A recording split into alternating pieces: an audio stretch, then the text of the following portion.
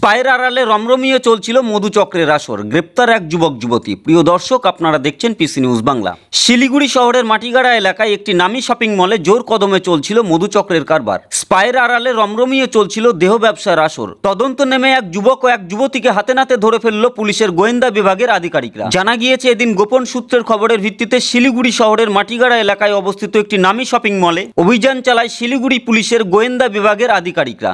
সেখানেই অভিযুক্ত যুবক যুবতীকে হাতে নাতে ধরে ফেলে তারা। ধৃতদের নাম বিবেক কুমার মাহাতো, সে চম্পাশাড়ি এলাকার বাসিন্দা, এবং আকৃতি গুরুং, সে দার্জিলিং এর বাসিন্দা বলে জানা যায়। অভিযানের পর তাদের গ্রেপ্তার করে মাটিগাড়া থানা পুলিশের হাতে তুলে দেওয়া হয়। পুলিশ সূত্রে জানা গিয়েছে, দীর্ঘদিন ধরেই ওই শপিং মলে স্পাইর আড়ালে জোর কদমে চলছিল অসৎ ব্যবসা, অর্থাৎ মধুচক্রের কারবার। এর আগেও ওই শপিং মল থেকে গ্রেপ্তার করা হয়েছিল এক গ্রাহককে। এদিন ধৃতদের শিলিগুড়ি মহকুমা আদালতে পেশ করা হয়।